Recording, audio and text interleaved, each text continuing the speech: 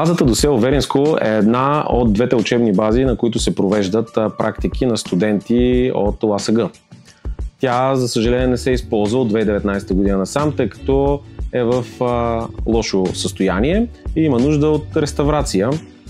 Започнахме да работим по този проект по покана на студентски съвет към ЛАСГ, заедно с геодезически факултет.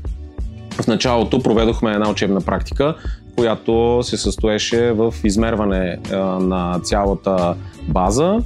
В последствие включихме и 3D заснемане с скенер, с дрон. Участваха много студенти, тъй като проектът продължава от 2019 до момента.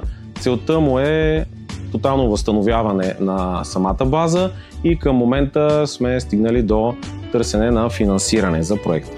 Работата по тази задача даде възможност на нашите студенти да натрупат много интердисциплинарен опит, като те успяха да работят с архитекти, конструктори, пътни инженери, ВиК специалисти.